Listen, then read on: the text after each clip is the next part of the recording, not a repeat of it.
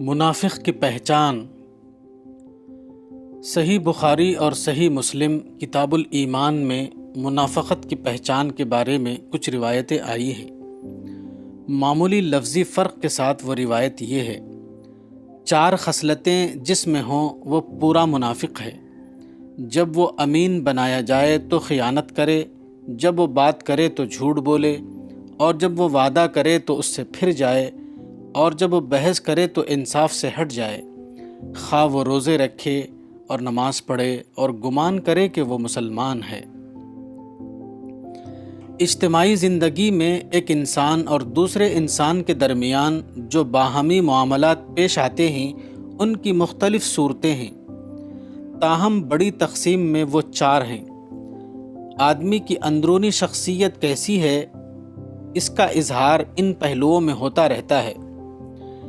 ایک قسم کا اظہار آدمی کے مخلص ہونے کی پہچان ہے، اور دوسرے قسم کا اظہار آدمی کے منافق ہونے کی پہچان۔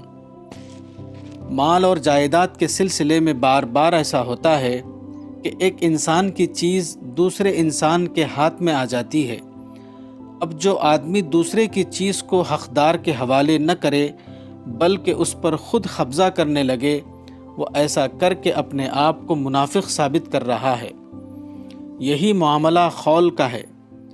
ایک آدمی اگر اپنے خول میں محتاط نہ ہو، وہ بات کرے تو اس میں جھوٹ ملا دے، تو ایسا آدمی اللہ کے نزدیک منافقین میں شامل ہے۔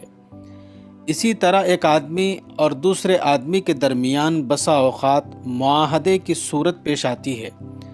اب جو شخص معاہدہ تو کر لے مگر معاہدہ پورا کرنے کا وقت آئے تو اس کو پورا نہ کرے تو وہ حقیقت کے اعتبار سے منافق ہے۔ مومن با اصول انسان کا نام ہے اور منافق بے اصول انسان کا نام۔ کتاب مطالعہ حدیث، مولانا وحید الدین خان، صفحہ نمبر 39۔